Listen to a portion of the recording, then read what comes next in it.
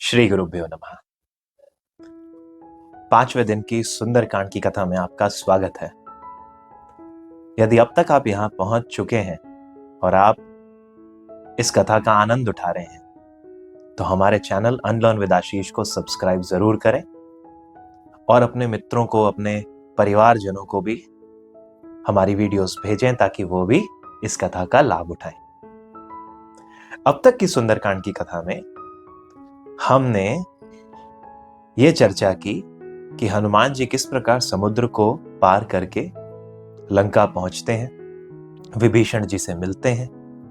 उसके पश्चात अशोक वृक्ष के ऊपर एक छोटा सा मच्छर जितना रूप बनाकर बैठ जाते हैं ताकि दिन बीत जाए, और रात्रि आने पर ऊपर से राम नाम की मुद्रिका गिरा देते हैं सीता माता की गोदी में। अब यहां से आगे चलते हैं। तो सीता माता की गोदी में जो मुद्रिका गिरी उसका क्या तात्पर्य है? इससे पिछले दोहे में सीता माता बहुत परेशान हैं। वो कह रही हैं कि हे अशोक वृक्ष, अपने नाम को सत्य कर। अशोक वृक्ष का काम है शोक को हर लेना, अशोक। इसलिए अशोक वृक्ष की बहुत सारी दवाइयां बनती हैं क्योंकि वह आपकी बहुत सी बीमारियों को हरने की क्षमता रखता है। अशोक वृक्ष के नीचे बैठने पर जिस प्रकार की जिस वायु में आप बैठते हैं वो भी आपके शरीर को निरोगी बनाती है, इसीलिए उसका नाम अशोक है। तो सीता मां कह रही कि तुम्हारी जो नव कोपलें हैं ना, वो अग्नि के समान है। उसमें से ही एक अग्नि मुझे दे दो ताकि मेरा जीवन की जो ये पीड़ा है ये खत्म हो जाए। वो अपना शोक प्रकट कर रही। अब वास्तव में देखा जाए तो अग्नि थोड़ी बरस रही है वृक्ष के अंदर से, लेकिन जब व्यक्ति शोक में होता है तो वो इस प्रकार की अतिशयोक्ति के बारे में बात करता है। जैसे मान लीजिए आजकल यदि कोई डिप्रेस्ड है, सैड है, तो वो क्या कहता है कि काश मेरे पे बिजली गिर जाए। अब बिजली ऐसे बैठी थोड़ी हुई है कि आकर गिर जाए। तो ये सिर्फ कहने की बात है कि हम कितने शोक से भरे हुए हैं। तो इसलिए हम अशोक वृक्ष को भी कह रहे हैं कि मेरा शोक तुम इस प्रकार हर लो। और जब वो मुद्रिका नीचे आती है तो सीता मां को एक क्षण लगता है अशोक ने कृपा कर दी। अब यहां बड़ा ही मिक्स्ड फीलिंग्स है। बस उसी क्षण जब अंगूठी गिरती है तो सीता मां को लगता है अशोक वृक्ष ने कृपा कर दी अपनी कोपल देके। और जैसे ही सीता मां अंगूठी को देखती है तो वो प्रफुल्लित हो जाती हैं। उस समय उनके मन में बहुत विचार भी चल रहे हैं, लेकिन वो प्रफुल्लित हो जाती हैं कि ये ही उस अशोक वृक्ष की नव कोपल है, वो अग्नि है जो मेरे इस शोक को दूर करेगी। अब ये जो कोपल है, ये जो पत्ती है, पत्ती रूप में जो समझ लीजिए कि अंगूठी आई, अब इसका काम जलाना नहीं है, अब इसका काम वाकई शोक को दूर कर लेना है। क्यों है शोक को दूर कर लेना इसका काम? क्योंकि इस अंगूठी के ऊपर राम का नाम लिखा है, और राम का नाम लिखा है।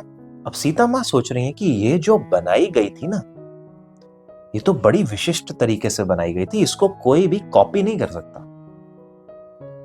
माया से असी रची नहीं जाई। क्या कहती हैं सीता माता?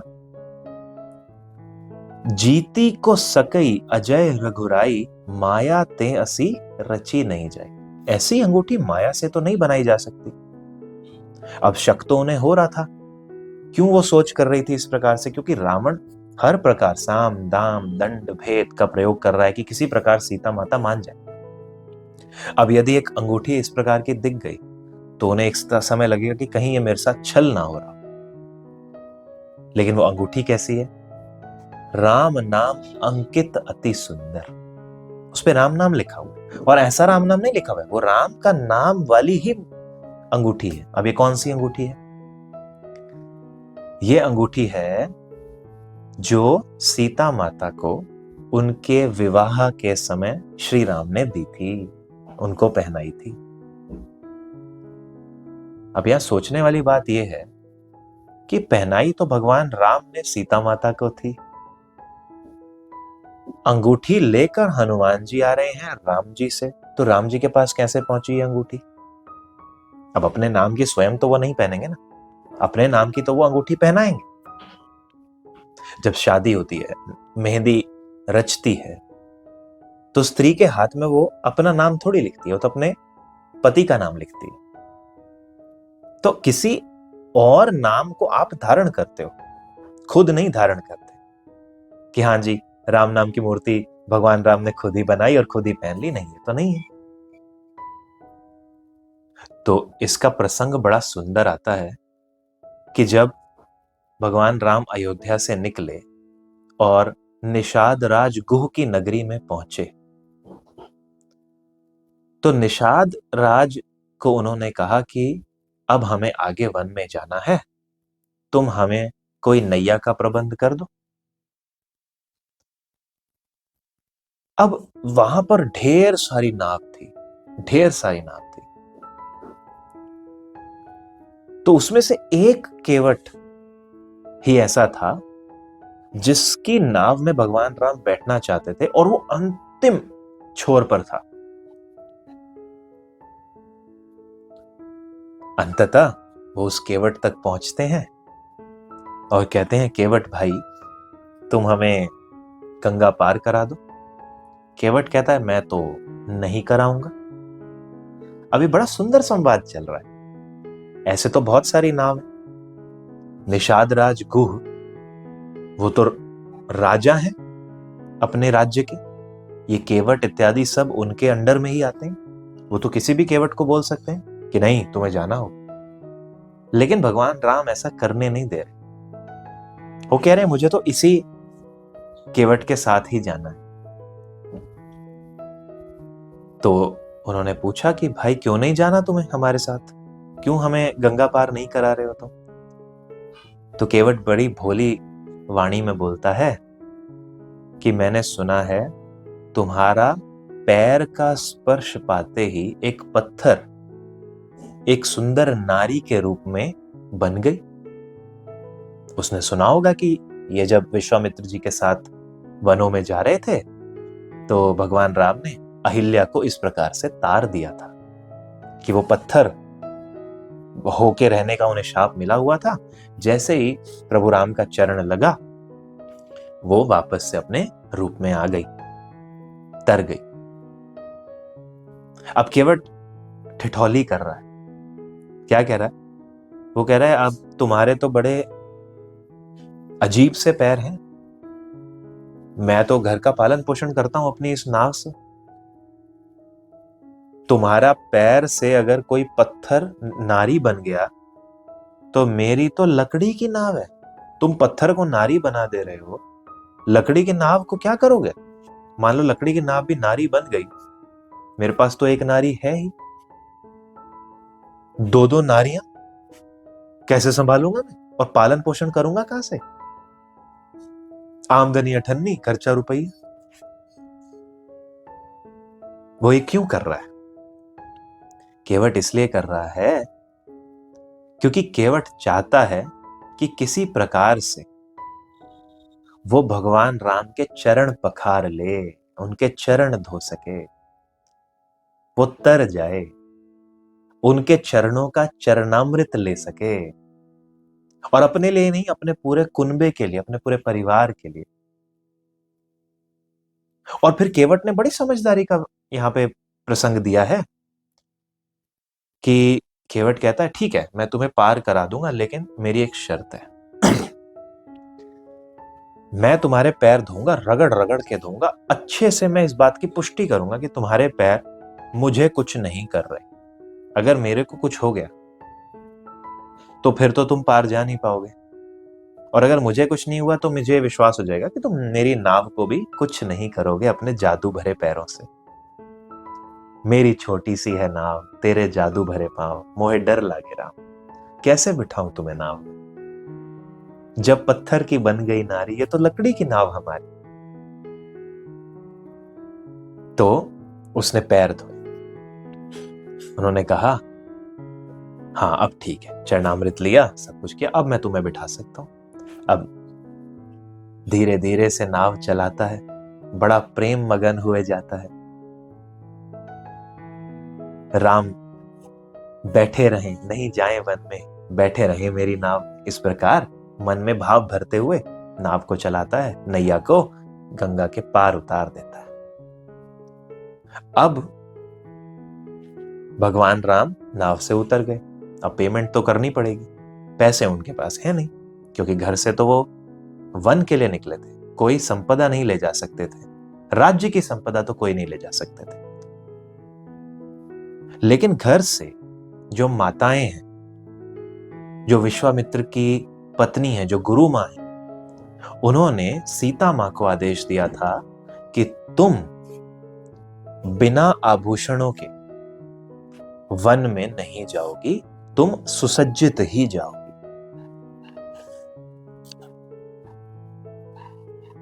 तो उनके पास वो अंगूठी थी। राम जी ने मांगी नहीं, पत्नी का धर्म ही यही है कि वो बिना मांगे ही समझ ले। तो उन्होंने अंगूठी उतारकर राम जी को दे दी कि लो, इसे उतराई दे दो। अब राम जी ने वो अंगूठी केवट को दी कि लो केवट, तुम्हारी उतराई। केवट कहता, ना ना ना ना, उतराई, इतनी छोटी सी उतराई का मैं क्या करूंगा, छोटी सी उतराई। उस मुद्रिका को, जिसकी जाने करोड़ों अरबों में कीमत हो, उसको एक छोटी सी उतराई कह रहा है। केवट कहता है, मैं भी नाविक, तू भी नाविक, जैसे मैंने तुझे पार किया वैसे ही तुम मुझे भवसागर से पार कर देना, लेकिन मेरे से पहले मेरे पितरों को करो, मेरे पूरे परिवार को करो।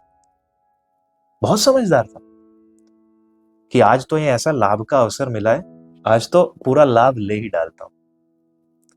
तो भगवान ने उसको वहां आशीर्वाद दिया है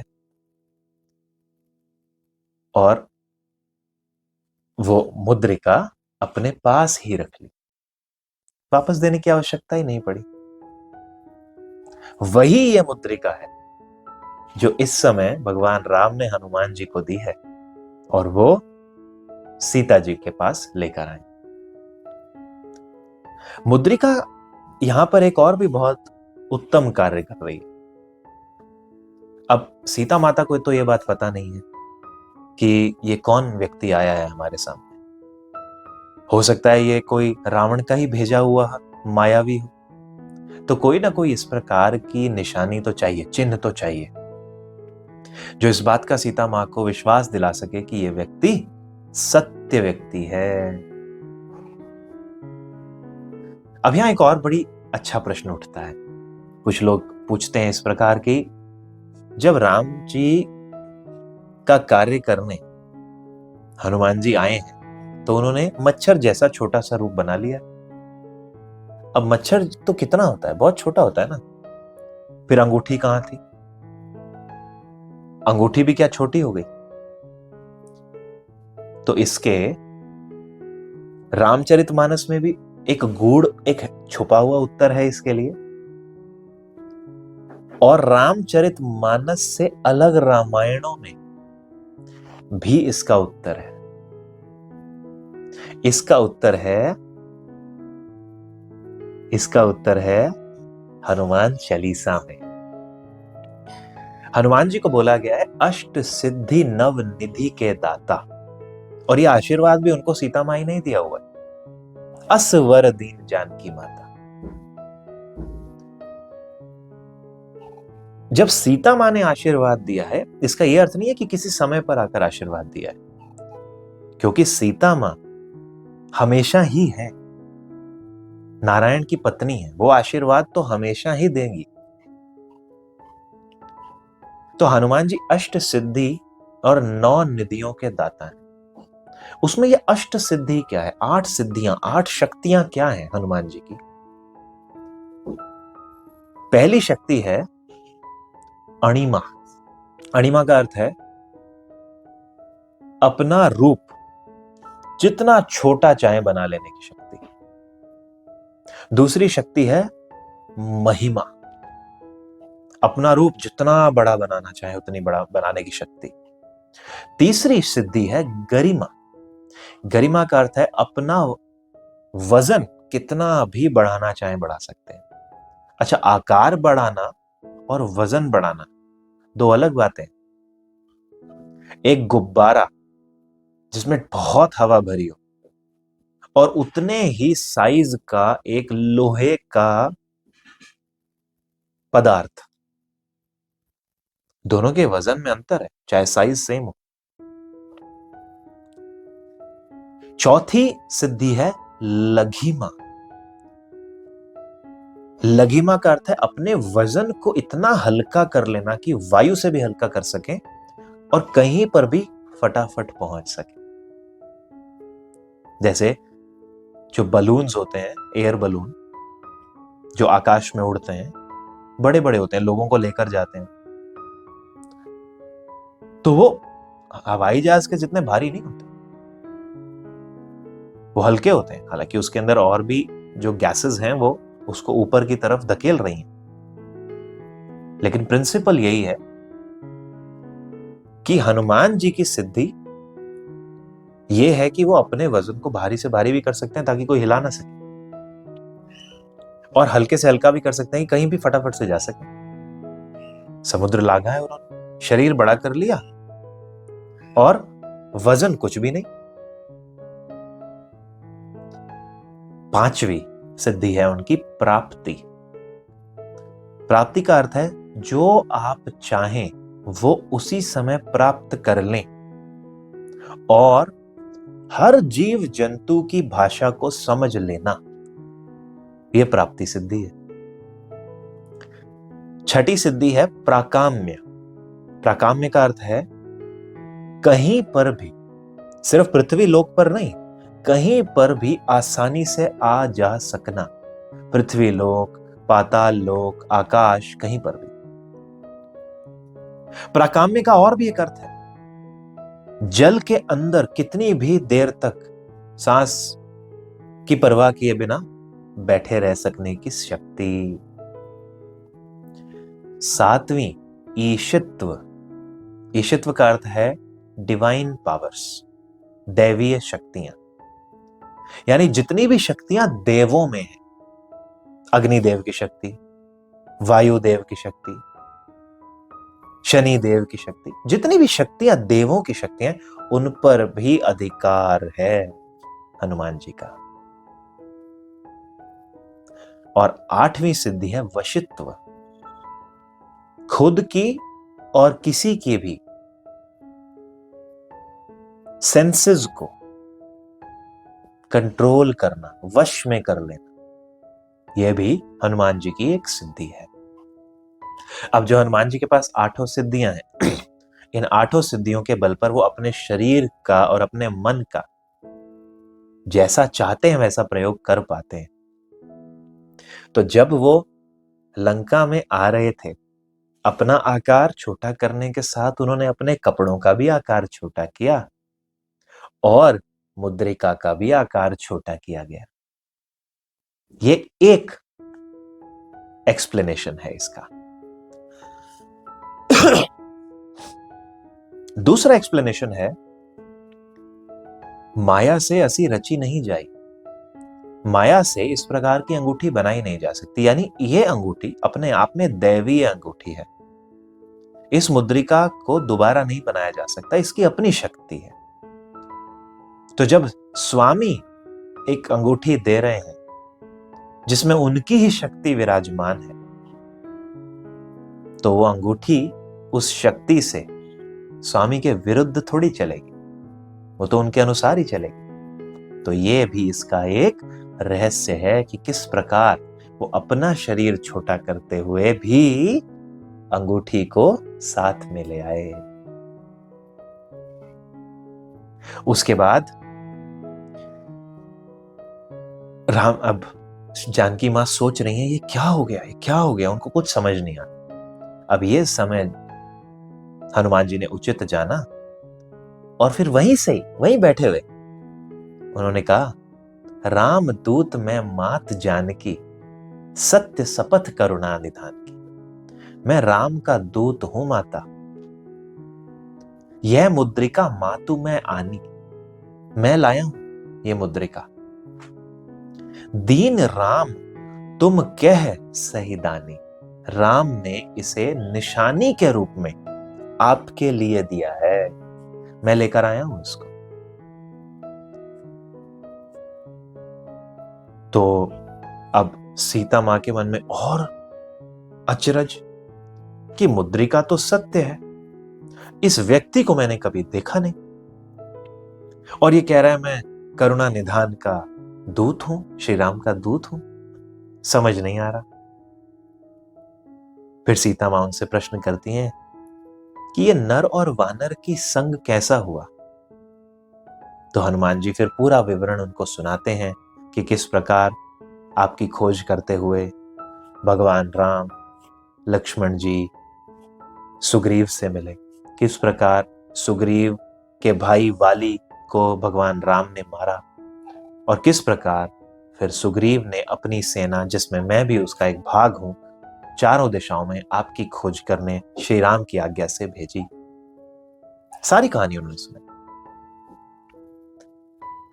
अब सीता मां को बड़ा अच्छा लगा सुन के, लेकिन दुख बहुत भरा हुआ है उनके मन में, क्योंकि 1 वर्ष होने को आ रहा है, 1 महीने की अवधि रह गई है सर। कोई पता नहीं क्या होगा, लेकिन विश्वास है मन में कि हाँ, मेरे स्वामी मुझे अकेला नहीं छोड़ेंगे। ये है प्रेम। या हम अगर किसी के प्रेम की परिभाषा देना चाहें तो या तो हम राम सीता के प्रेम की परिभाषा दें, या हम गौरी शंकर के प्रेम की परिभाषा दें।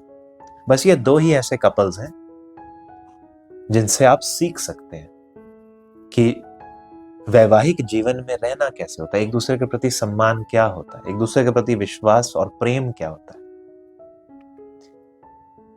तो सीता माता बड़ी दुखी हैं, शिकायत भी करेंगी वो, लेकिन सबसे पहले उन्होंने शिकायत नहीं करी। सबसे पहले उन्होंने कुशल पूछी है, और कुशल भी किसकी पूछी है।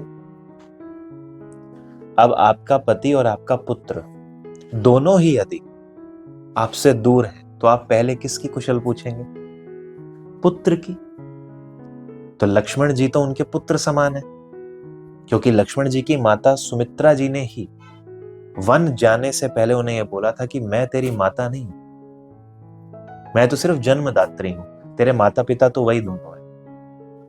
और इसी प्रकार ही तो उनकी सेवा करना वहां पे, तेरा यहां कोई काम नहीं है अगर वो वन जा रही तो। और लक्ष्मण जी ने ऐसे ही सेवा करी। अब लक्ष्मण जी की सबसे पहले उन्होंने कुशल पूछी है, फिर राम जी की कुशल पूछी है। कैसे पूछी है? कहते हैं कि अनुज सहित कैसे हैं मेरे स्वामी। अनुज सहित सुख भवन खरारी, अब कहूं कुशल जाऊं बलिहारी। फिर श्री राम जी के गुणों को कहा है कि वो तो बड़े गुणी हैं। कोमल चित कृपाल रघुराई, कपि के ही हेतु धरी निठुराई। कि हे हनुमान जी, ये बताइए कि उन्होंने मुझसे निठुराई क्यों कर ली?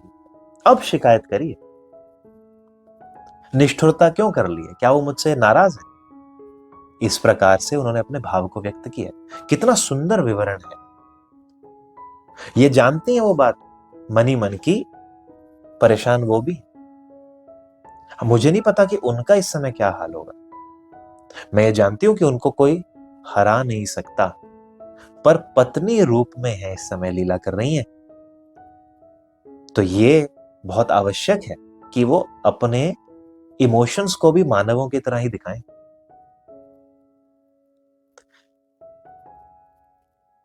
फिर शिकायत करते हुए आगे बोलती हैं कि क्या उन्हें मेरी याद नहीं आती?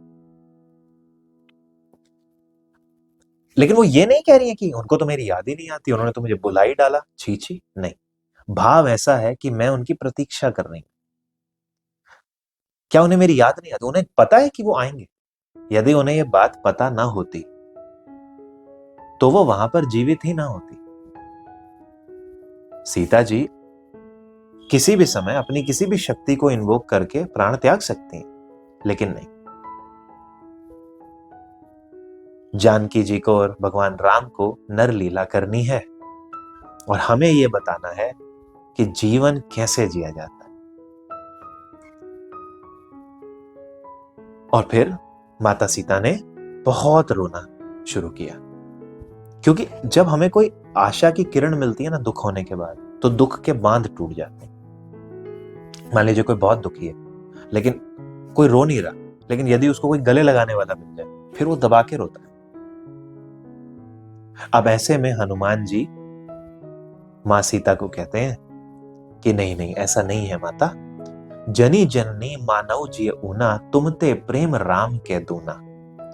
आपसे दुगना प्रेम है भगवान राम को आपसे, ऐसे ना सोचो आप। फिर हनुमान जी उन्हें प्रभु का संदेश सुनाते हैं।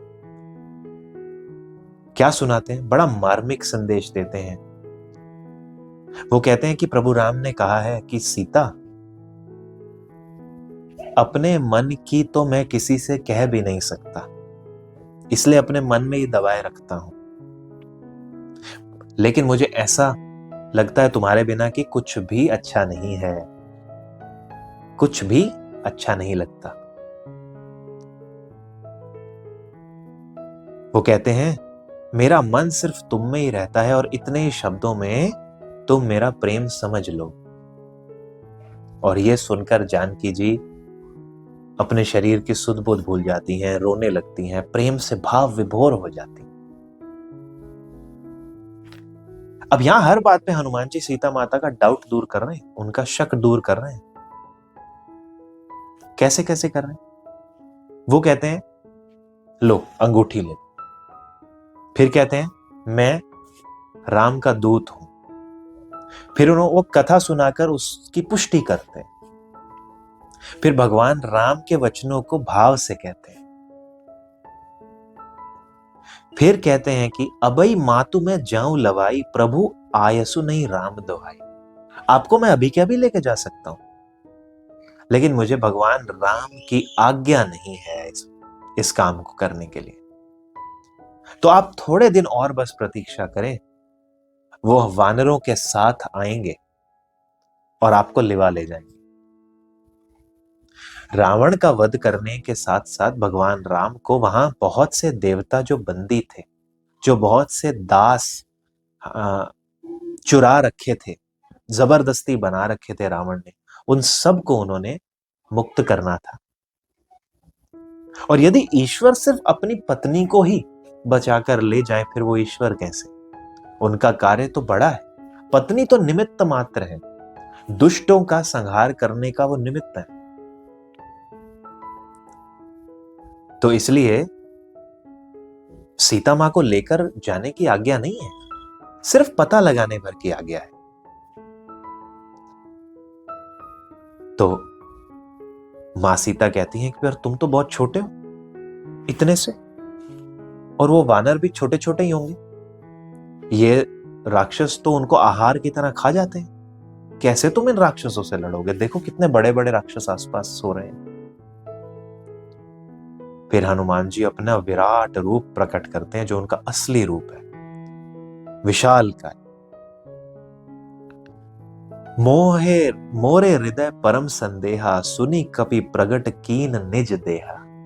अब सीता मां को भरोसा हो जाता है कि हां, अब मैं मान सकती हूं कि आप रावण को हरा पाएंगे। क्योंकि हनुमान जी ये कहते हैं कि मैं तो वहां सबसे शक्तिशाली हूं भी नहीं, यदि मैं ये कर सकता हूं तो आप बाकियों की सोचो वो क्या कर सकते हैं। तो सीता जी उसके बाद एकदम कन्विंस हो गई हैं कि हाँ, हनुमान जी अब जीत जाएंगे। फिर हनुमान जी अपने वापस छोटे से आकार में आ जाते हैं। अब जब सीता मां संतुष्ट है, जब मन संतुष्ट होता है, खाली होता है ना, तब ही आप किसी को आशीर्वाद दे सकते हो और वो लगेगा। दुखी होते हुए आशीर्वाद नहीं दिया जा सकता, खाली होकर आशीर्वाद दिया जा सकता है। कभी देखें, जो व्यक्ति ध्यान करते हैं ना, उनका आशीर्वाद जरूर लेना चाहिए। जो नियमित ध्यान करते हैं वो किसी ना किसी रूप में आपको शक्ति देंगे। तो उसके बाद 3 चौपाई में माता सीता ने हनुमान जी को बल, बुद्धि, शील, अजर, अमर और गुण युक्त होने का आशीर्वाद दिया। और फिर हनुमान जी ने धन्यवाद भी कहा, अब कृत कृत्य भयऊ मैं माता, आशीष तब अमोघ विख्याता। आपका जो आशीष है वो अमोघ है, ये सारे जगत में विख्यात है। आपने जो मुझे आशीर्वाद दिए हैं ना, ये अमोघ है। अब तो मैं बल, बुद्धि, शील का मास्टर हूं आपके आशीर्वाद के बाद। ना मुझे मृत्यु छू पा रही है, ना मुझे बुढ़ापा छू पाएगा। मैं गुणों की खान बना दिया आपने मुझे। कृतज्ञ है, अब कृतकृत्य भयऊ मैं माता। ईगो नहीं है उनमें, घमंड नहीं आ रहा, कृतज्ञता है। हनुमान जी के पास क्या नहीं है? जो भगवान का भक्त होता है उसके पास क्या नहीं होता? लेकिन जितना ज्यादा हो व्यक्ति के पास, उतना ही उसे अहंकारी नहीं होना चाहिए, विनम्र होना चाहिए, शील होना चाहिए। यदि आप शील नहीं है तो आपके पास जितना है वो भी चला जाएगा। उसके बाद हनुमान जी कहते हैं, माता बहुत समय से मैं चला हुआ हूं, मुझे बहुत भूख लगी है, यदि आपकी आज्ञा हो, आज्ञा मांग रहे हैं, तो मैं फल खा लूं। सीता मां कहती हैं कि यहां राक्षस बहुत बलवान है। तो हनुमान जी उनको फिर सांत्वना देते हैं, मां मुझे उनका कोई डर नहीं, यदि आप आज्ञा दें तो। फिर सीता माता कहती हैं कि हाँ, इनमें बुद्धि तो है, ये देख लेंगे, क्योंकि इनका जो विचार है ये फल खाने का तो नहीं है। जिसमें इतनी शक्ति हो वो फल खाने के लिए अशोक वाटिका में आज्ञा क्यों मानेगा? छोटा सा रूप बनाकर कहीं से भी जाकर फल तो खा ही सकते हैं। सीता मां समझ गई कि इनका कुछ और भी मोटिव है। क्या मोटिव है? कि मैं जरा आया हूं तो अपने शत्रु के बल की था तो ले लूं। एक दूत का, एक डिप्लोमैट का, एक स्पाई का काम क्या है? यही तो है। वो ये नहीं कर सकता कि हाँ जी बस बोल के आ गया, वो हर चीज ऑब्जर्व करता है। आज के समय भी सबसे अच्छा स्पाई या सबसे अच्छा डिप्लोमैट किसे माना जाता है? जो सामने वाली देश को झुका दे, उसके भेद को जान लाए। तो हनुमान जी के लिए सीता मां कहती हैं कि देखी बुद्धि बल निपुण कपि, कहे जानकी जाहु,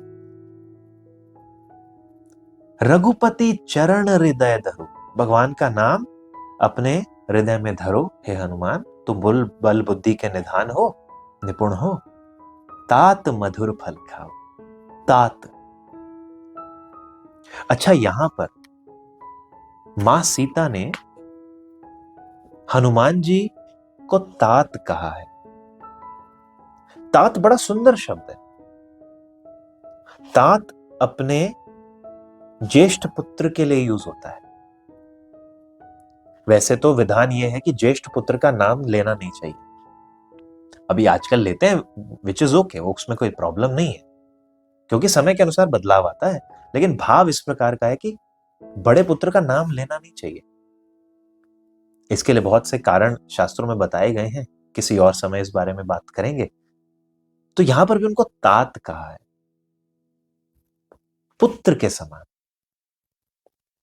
कि जाओ मधुर फल खाओ।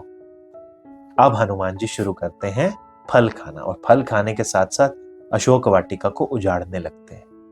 अशोक वाटिका उजाड़ने लगते हैं तो राक्षस जाकर रावण को कंप्लेंट करते हैं कि एक वानर ने तो अशोक वाटिका उजाड़ दी। फिर आगे कुछ सैनिक आते हैं, जो जो हनुमान जी पर प्रहार करते हैं, हनुमान जी उनको मार डालते हैं। कुछ थोड़े बहुत जो अधमरे रह जाते हैं वो वापस जाते हैं कि कपि बल भरपूर, कि वानर में तो बहुत शक्ति है, वो तो हमें मारे जा रहे। इस प्रकार जब कोलाहल मच जाता है तो फिर रावण अक्षय कुमार को भेजता है, जो उसका पुत्र है। अक्षय कुमार बड़ा बलवान था, कोई जीत नहीं सकता था उससे, लेकिन चुटकी में ही हनुमान जी उसको मार डालते हैं। अब एकदम से रावण को चेता आता है कि अरे, अक्षय कुमार को मार दिया, ये कोई साधारण वानर नहीं लगता, कुछ तो और बात है। फिर वो मेघनाथ अपने बड़े पुत्र को भेजता है और ये कहकर भेजता है कि तुम उसे मारना नहीं, मारसी जानू सुत बांधे सु ताही। मारना नहीं, बांध के लाना, जरा देखें तो ये है कौन, किसके बल पर इतना उछल रहा है ये वानर। मेघनाथ जाता है, बहुत भयानक युद्ध हो रहा है। हनुमान जी पेड़ उठाकर मेघनाथ को तरफ मारते हैं, उसका रथ छिन्न भिन्न कर देते हैं। मेघनाथ लहूलुहान हो गया है, उसे समझ नहीं आ रहा कि क्या किया जाए, कोई अस्त्र काम नहीं कर रहा, इतने बलवान हनुमान जी।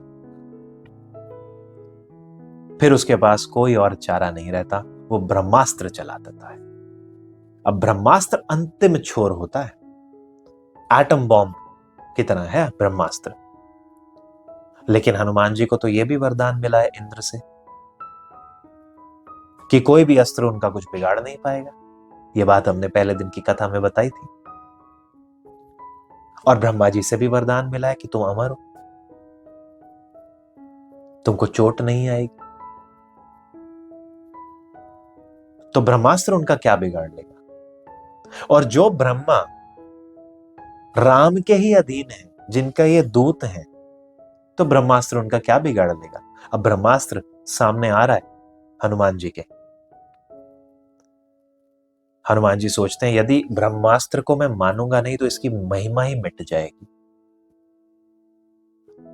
तो वो ब्रह्मास्त्र को अपने ऊपर प्रहार करने देते हैं। ब्रह्मास्त्र उनका कुछ बिगाड़ नहीं पाता, उनको हल्की सी मूर्छा देता है। मूर्छित भी भगवान हनुमान खुद ही होते हैं। फिर नागपाश से इंद्रजीत मेघनाथ उन्हें बांधकर सभा में ले जाता है। वहां पर रावण बड़ी बड़ी डींगे हाँकता है कि देख, तू जानता नहीं मेरा क्या बल है। जब इंसान के पास बहुत शक्ति हो ना, और वो अभिमानी भी हो, तो वो अंदर से खोखला ही होता है, बहुत बजता है। रावण भी बहुत बज रहा है। रावण कह रहा है कि तुम जानते नहीं हो कि मैं कौन हूं? क्या तुमने मेरा प्रताप नहीं देखा? हनुमान जी सुन रहे हैं कि ये बोल ले। फिर हनुमान जी उसको जवाब देते हैं, मैं तुझे बताता हूं मैं कौन हूं। और कौन है हनुमान जी? कहीं उन्होंने ये नहीं कहा मैं हनुमान हूं या मैं पवन पुत्र हूं। पहले वो बता रहे हैं कि तू मेरी शक्ति को समझने का तो प्रयास कर। वो कहते हैं जिनके बल से ब्रह्मा विष्णु और महेश सृष्टि का संचालन, सृष्टि का खात्मा और सृष्टि की शुरुआत करते हैं, जिन्होंने शिव धनुष को खेली खेल में तोड़ डाला और परशुराम का घमंड तोड़ दिया, उस परशुराम का जिन्होंने धरती को 21 बार क्षत्रियों से विहीन कर दिया था। क्षत्रिय उनको देखकर कांपने लगते थे। जिन्होंने खर, दूषण, त्रिशिरा, वाली को मार दिया। ये बहुत बलवान योद्धा है। खर, दूषण, त्रिशिरा और वाली ये रावण के जितने या उससे थोड़े अधिक ही बलवान थे, यूं ही मार डाला। तासु दूत मैं जाकरी, मैं उनका दूत हूं। अब तू समझ मेरी शक्ति, जिनकी नारी को तू हर लाया है।